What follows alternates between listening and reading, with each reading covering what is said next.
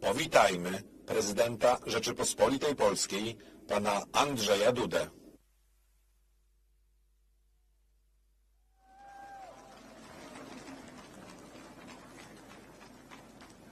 Szanowni Państwo, Ladies and gentlemen, thank you very much for welcoming me.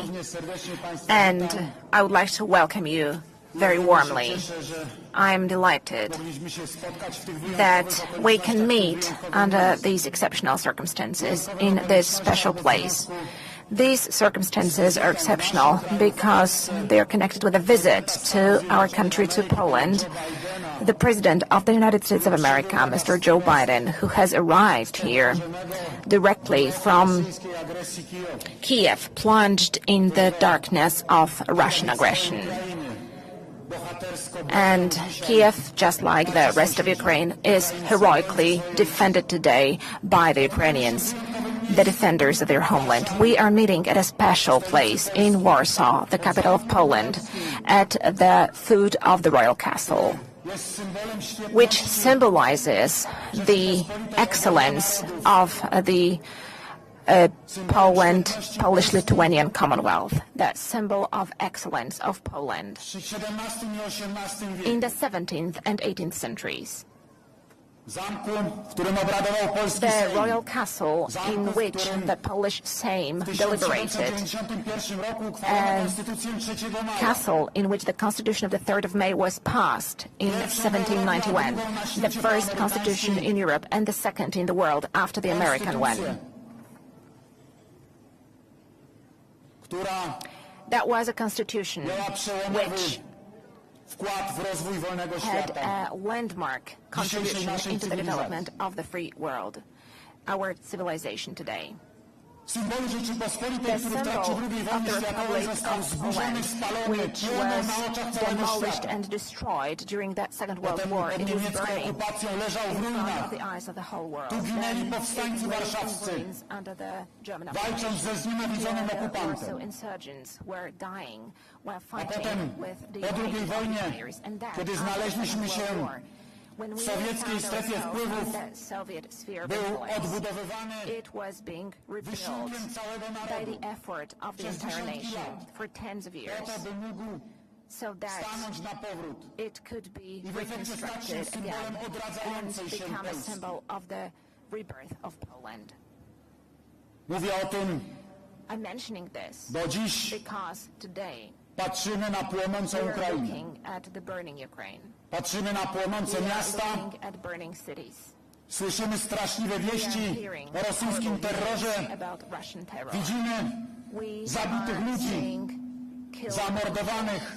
people murdered. Widzimy zburzone osiedla mieszkaniowe, obrazy jak z II wojny światowej. Coś, co w Europie miało się nigdy więcej nie powtórzyć, dzisiaj jest straszliwym udziałem naszych sąsiadów.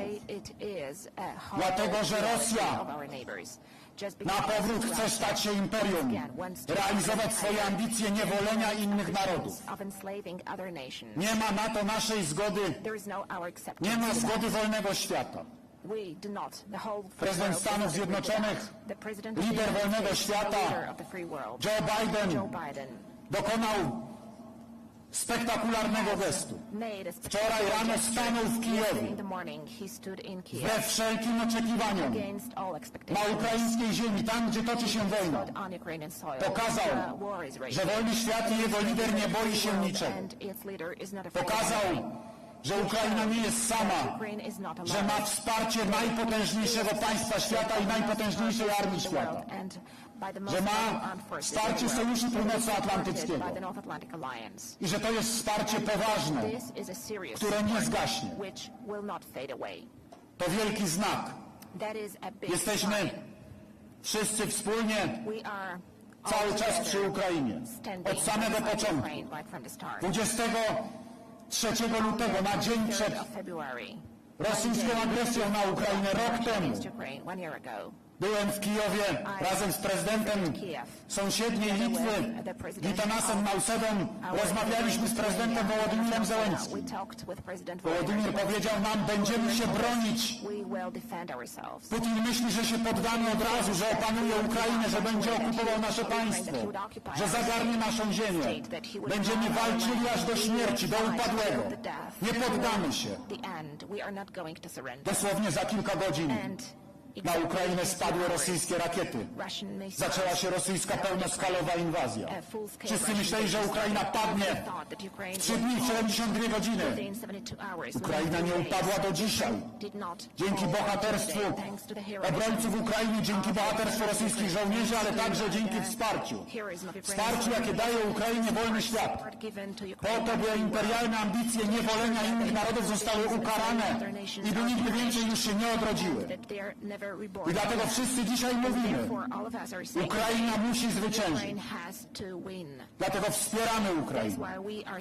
Dziękuję Stanom Zjednoczonym, dziękuję wszystkim państwom NATO, które przysyłają pomoc na Ukrainę.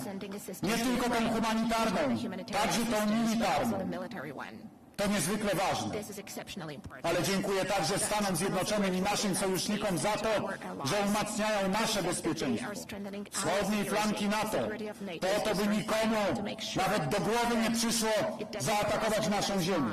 Że dzięki obecności armii amerykańskiej, dzięki obecności armii sojuszniczych, dzięki mądrej polityce wzmacniania polskiej armii w ostatnich latach, jesteśmy coraz bezpieczniejsi.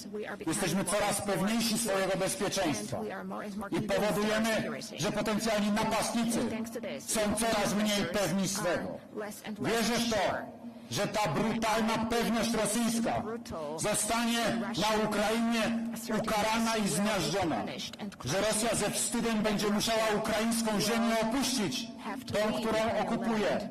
Że zwycięży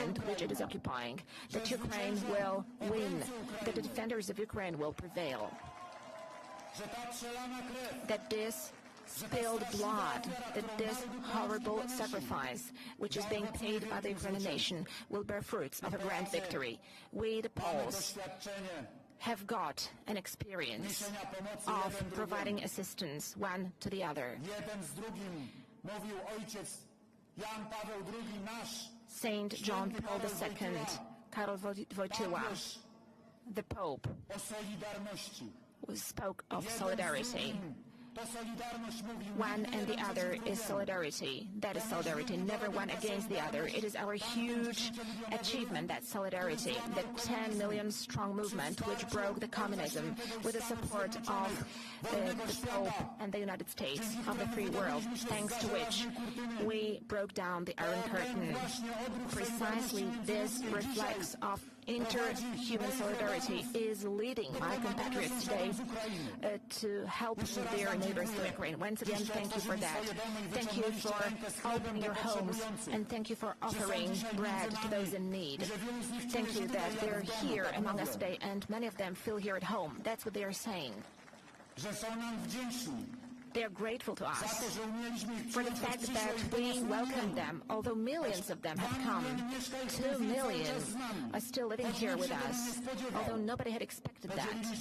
We shared like brothers in solidarity. This is the solidarity of the world today, solidarity with Ukraine. And I'm calling on all the leaders of the European states, of the North Atlantic Alliance, to stand in solidarity with Ukraine, to support Ukraine all the time, to provide Ukraine with military support so that the defenders of Ukraine have weapons to fight with. Do not hesitate. Do not be afraid. There is no place for business as usual with Russia anymore, where blood is being shed. Honest people do not. Dziś może to zostać zatrzymane tylko nowoczesnym uzbrojeniem, bo tego Ukraina potrzebuje. Dziękuję prezydentowi Joe Bidenowi za jego niezwykłą odwagę, za jego determinację. Dziękuję amerykańskiego Thank you to the American nation. Thank you to the authorities of the United States. Thank you to the za American wszystkie powers, donacje dla for all the Ukrainy, donations for za Ukraine, wielkie wsparcie for dla the Ukrainy, great support za offered to, to że dzięki tej Ukraine, for the ogromnej fact that pomocy thanks militarnej to this Stanów huge Zjednoczonych military Ukraina assistance of the United walczy States, Ukraine is fighting. i inni też wspierają, And others are also providing bo support. taka jest Because rola NATO, this is the role of bronić NATO, wolnego świata, to defend the wspierać free wolny world, świat. to support the free world. Jesteśmy i będziemy We solidarni z Ukrainą. stand in solidarity Nie with ma Ukraine and we will stand wolności in solidarity bez with Ukraine. There solidarności. is no freedom Niech without żyje wolna solidarity. Ukraina. Long live Niech free żyje Ukraine. Sojusz Long Rzeczypospolitej live Polskiej ze the Stanami alliance of the Zjednoczonymi. Republic of Poland Niech żyje with the NATO. United States. Long Niech live żyje wolny NATO. świat. Long live free Niech żyje world. Polska. Long live Poland. Nie ma wolności There bez is no solidarności. freedom without solidarity.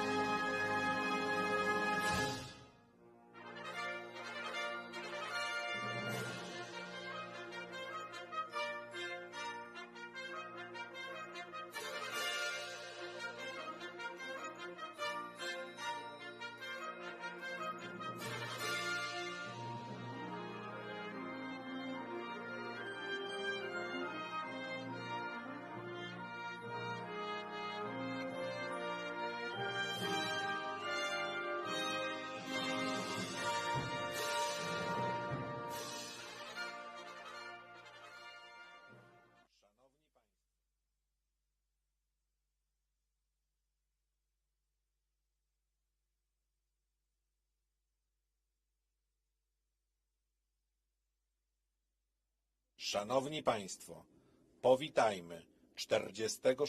prezydenta Stanów Zjednoczonych Ameryki, pana Joe Bidena. Ladies and gentlemen, please welcome the 46th President of the United States of America, Joe Biden. Freedom, freedom is you. You give it freedom, freedom. You give it freedom, I've been looking for. You give it freedom, freedom. You give it freedom, I've been looking for. You give it freedom, freedom. You give it freedom, I've been looking for. You give it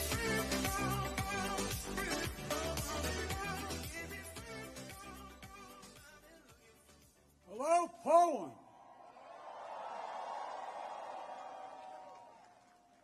One of our great allies.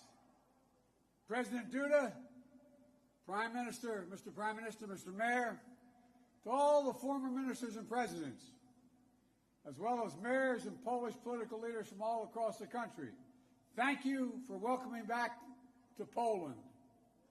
You know, it was nearly 1 year ago I spoke at the Royal Castle here in Warsaw, just weeks after Vladimir Putin had unleashed his murderous assault on Ukraine, the largest land war in Europe since World War II had begun. And the principles that have been the cornerstone of peace, prosperity, and stability on this planet for more than 75 years were at risk of being shattered. 1 year ago, the world was bracing for the fall of Kyiv. Well, I've just come from a visit to Kyiv, and I can report Kyiv stands strong. Kyiv stands proud. It stands tall. And most important, it stands free. When Russia invaded, it wasn't just Ukraine being tested. The whole world faced a test for the ages. Europe was being tested. America was being tested. NATO was being tested. All democracies are being tested. And the questions we faced were as simple as they were profound. Would we respond? Or would we look the other way? Would we be strong? Or would we be weak? All of our allies, would be united or divided? 1 year later, we know the answer. We did respond. We would be strong. We would be united. And the world would not look the other way. We also face fundamental questions about the commitment to the most basic of principles. Would we stand up for the sovereignty of nations? Would we stand up for the right of people to live free from naked aggression? Would we stand up for democracy?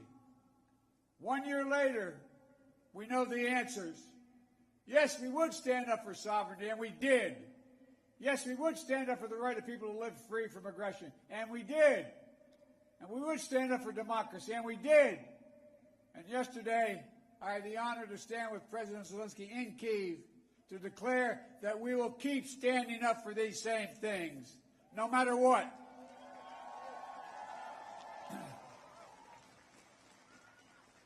When President Putin ordered his tanks to roll into Ukraine, he thought we would roll over.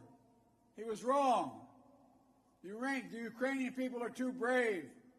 America, Europe, a coalition of nations from the Atlantic to the Pacific, we were too unified. Democracy was too strong. Instead of an easy victory he perceived and predicted, Putin left with burnt-out tanks and Russia's forces in disarray. He thought he'd get the Finlandization of NATO. Instead, he got the NATOization of Finland and Sweden. He thought NATO would fracture and divide. Instead, NATO is more united and more unified than ever before. He thought he could weaponize energy to crack your resolve, Europe's resolve. Instead, we're working together to end Europe's dependence on Russian fossil fuels. He thought autocrats like himself were tough and leaders of democracy were soft. And then he met the iron will of America and the nations everywhere that refused to accept the world governed by fear and force. He found himself at war with a nation led by a man whose courage would be forged in fire and steel, President Zelenskyy. President Putin is confronted with something today that he didn't think was possible a year ago. The democracies of the world have grown stronger, not weaker. But the autocrats of the world have grown weaker, not stronger. Because in the moments of great upheaval and uncertainty, that knowing what you stand for is most important. And knowing who stands with you makes all the difference. The people of Poland know that. You know that. In fact, you know it better than anyone here in Poland. Because that's what solidarity means. Through partition and oppression, when the beautiful city was destroyed after the Warsaw Uprising, during decades under the iron fist of communist rule, Poland endured because you stood together. That's how brave leaders of the opposition and the people of Belarus continue to fight for their democracy. That's how the resolve of Moldovan people, the resolve of the people of Moldova to live in freedom, gain them independence and put them on the path to EU membership.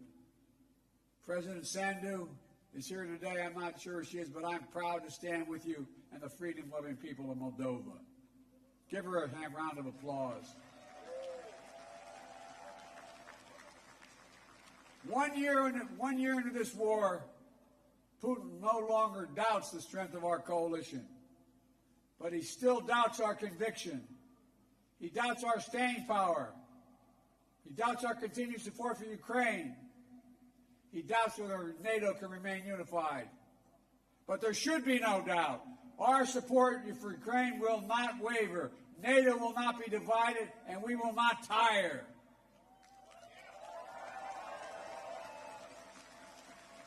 President Putin's craven lust for land and power will fail, and the Ukrainian people's love for their country will prevail.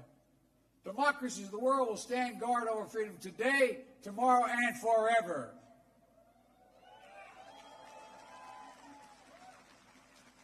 So that's what's at stake here. Freedom. That's the message I carried to Kyiv yesterday, directly to the people of Ukraine. When President Zelenskyy said he came to the United States in December, quote, he said, this struggle will define the world and what our children and grandchildren, how they live, and then their children and grandchildren. He wasn't only speaking about the children and grandchildren of Ukraine. He was speaking about all of our children and grandchildren, yours and mine. We're seeing again today what the people of Poland and the people across Europe saw for decades. Appetites of the autocrat cannot be appeased. They must be opposed. Autocrats only understand one word: no, no, no. No, you will not take my country. No, you will not take my freedom. No, you will not take my future. And I'll repeat tonight what I said last year in the same place.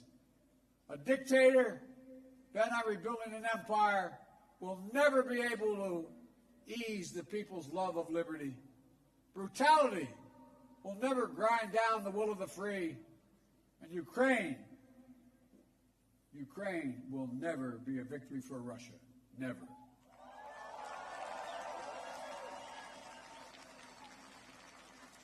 For free people refuse to live in a world of hopelessness and darkness. You know, this has been an extraordinary year in every sense.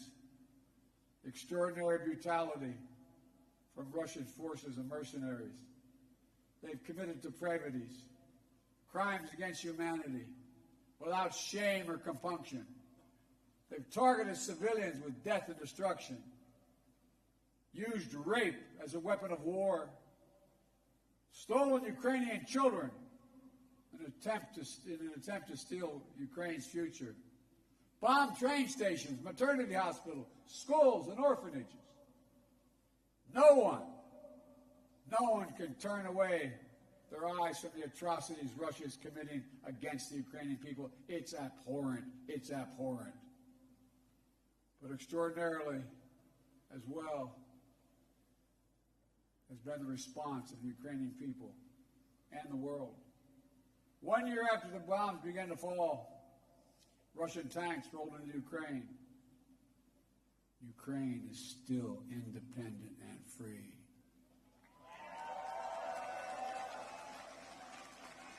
From Kherson to Kharkiv, Ukrainian fighters have reclaimed their land. More than 50% of the territory Russia held last year. The blue and the yellow flag of Ukraine proudly waves once again. President Zelenskyy still leads a democratically elected government that represents the will of the Ukrainian people. And the world has already voted multiple times, including the United Nations General Assembly, to condemn Russia's aggression and support a just peace. Each time in the UN, that vote has been overwhelming. In October, 143 nations of the United Nations condemned Russia's illegal annexation. Only four in the entire UN voted with Russia. 4. So tonight, I speak once more to the people of Russia. The United States and the nations of Europe do not seek to control or destroy Russia. The West was not plotting to attack Russia, as Putin said today.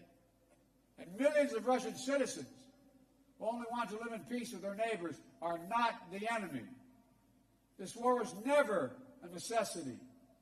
It's a tragedy. President Putin chose this war. Every day the war continues is his choice. He could end the war with a word. It's simple. If Russia stopped invading Ukraine, it would end the war. If Ukraine stopped defending itself against Russia, it would be the end of Ukraine. That's why together we're making sure Ukraine can defend itself. The United States has assembled a worldwide coalition of more than 50 nations to get critical weapons and supplies to the brave Ukrainian fighters on the front lines. Air defense systems, artillery, ammunition, tanks, armored vehicles. The European Union and its member states have stepped up with unprecedented commitment to Ukraine, not just in security assistance, but economic and humanitarian refugee assistance and so much more.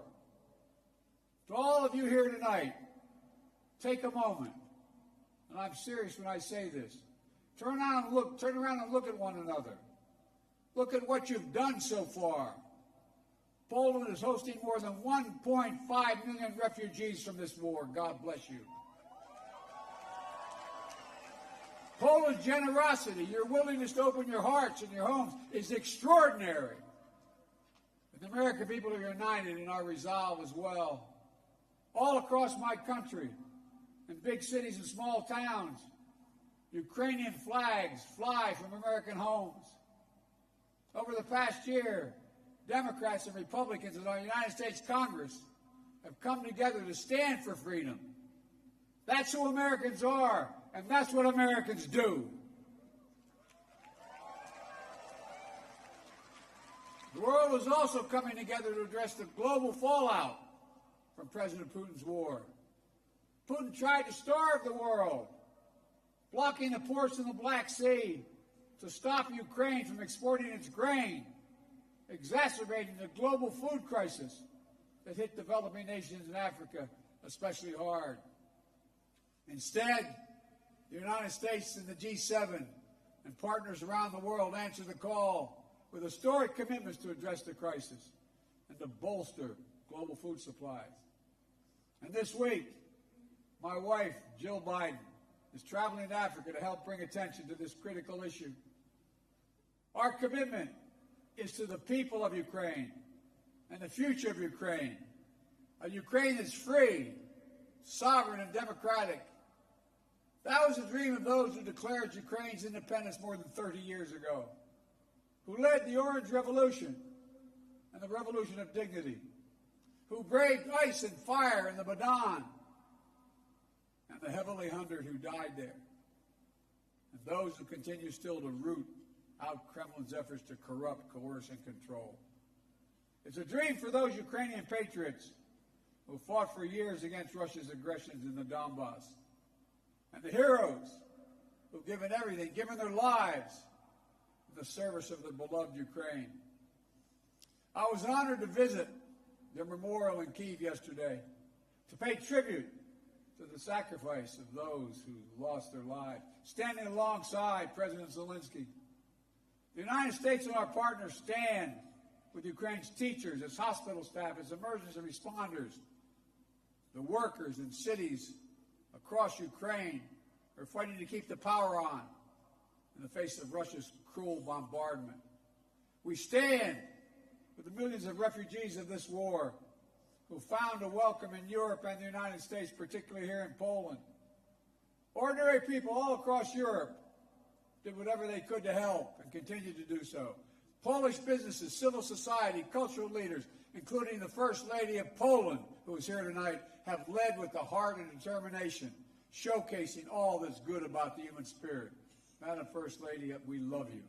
Thank you all.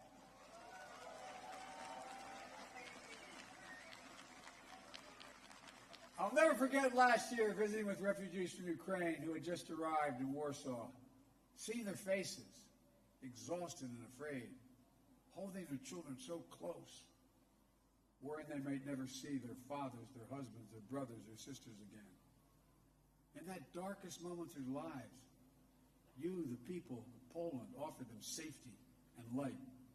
You embraced them. You literally embraced them. I watched the looks on their faces. Meanwhile, together we made sure that Russia is paying the price for its abuses. We continue to maintain the largest sanction regime ever imposed in any country in history. And we're going to announce more sanctions this week together with our partners. We'll hold accountable those who are responsible for this war, and we'll seek justice for the war crimes and crimes against humanity continuing to be committed by the Russians. You know, there is much for us to be proud of over all that we have achieved together this past year. But we have to be honest and clear-eyed as we look at the year ahead.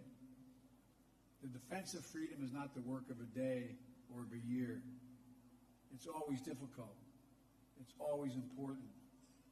As Ukraine continues to defend itself against the Russian onslaught and launch counteroffensive of its own, there will continue to be hard and very bitter days. Victories and tragedies. But Ukraine is steel for the fight ahead. And the United States, together with our allies and partners, are going to continue to have Ukraine's back as it defends itself. Next year, I will host every member of NATO for our 2024 summit in the United States. Together, we'll celebrate the 75th anniversary of the strongest defensive alliance in the history of the world, NATO. And let there be no doubt, the commitment of the United States to our NATO alliance in Article 5 is rock solid. And every member of NATO knows it, and Russia knows it as well. An attack against one is an attack against all. It's a sacred oath. Sacred oath to defend every inch of NATO territory. Over the past year, the United States has come together with our allies and partners in an extraordinary coalition to stand against Russian aggression. But the work in front of us is not just what we're against. It's about what we're for. What kind of world do we want to build? We need to take the strength and capacity of this coalition and apply it to lifting up the lives of people everywhere, improving health, growing prosperity, preserving the planet, building peace and security, treating everyone with dignity and respect. That's our responsibility. The democracies of the world have to deliver it for our people. As we gather tonight, the world, in my view, is at an inflection point. The decisions we make over the next 5 years or so are going to determine and shape our lives for decades to come. That's true for Americans. It's true for the people of the world. And while decisions are ours to make now, the principles and the stakes are eternal. The choice between chaos and stability, between building and destroying, between hope and fear, between democracy that lifts up the human spirit and the brutal hand of the dictator who crushes it, between nothing less than limitation and possibilities, the kind of possibilities that come when people who live not in captivity but in freedom, freedom, there is no sweeter word than freedom. There is no nobler goal than freedom. There's no higher aspiration than freedom. Americans know that, and you know it. And all that we do now must be done so our children and grandchildren will know it as well. Freedom. The enemy of the tyrant and the hope of the brave and the truth of the ages. Freedom. Stand with us. We will stand with you. Let us move forward with faith and conviction and with an abiding commitment to be allies, not of darkness but of light, not of oppression but of liberation, not of captivity but, yes, of freedom. May God bless you all. May God protect our troops.